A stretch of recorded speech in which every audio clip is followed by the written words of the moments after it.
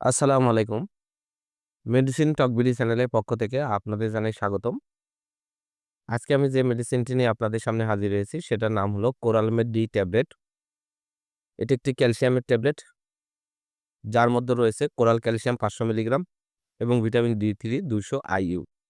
এটি সোমাটেক ফার্মাসিউটিক্যালস লিমিটেডের একটি ঔষধ।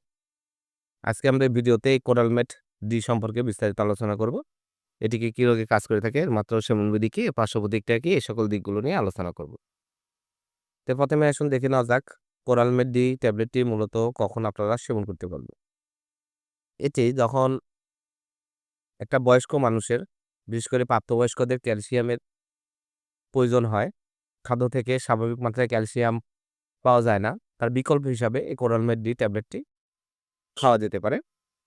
এছাড়া ক্যালসিয়ামের ঘাটতি পূরণ, গর্ভাবস্থা এবং স্তন্যদানকালে ক্যালসিয়ামের ঘাটতি পূরণ, শিশু-কিশোরদের দ্রুত বৃদ্ধির সময় এটি খাওয়া যেতে পারে।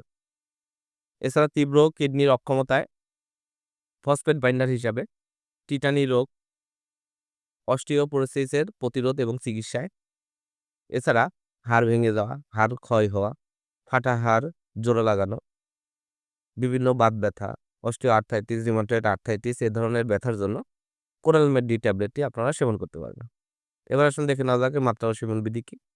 মাত্রা ও সেবন বিধি হলো প্রতিদিন একটি করে ট্যাবলেট দিনে ১ বার অথবা ২ বার ভরা পেটে পানির সহিত আপনারা সেবন করবেন।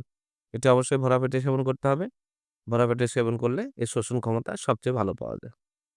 এবার আসুন দেখে নেওয়া যাক এর পার্শ্ব প্রতিক্রিয়া কি? বিরল ক্ষেত্রে পেট ফাঁপা, বুক জ্বালা, ডায়রিয়া বা কোষ্ঠকাঠিন্য হতে পারে। দীর্ঘদিন ব্যবহারের পরে হাইপারক্যালসিমিয়া এ ধরনের রোগজাতীয় সমস্যার সৃষ্টি করতে পারে। গর্ভাবস্থা এবং স্তন্যদানকালে আপনারা এটি ব্যবহার করতে পারবেন।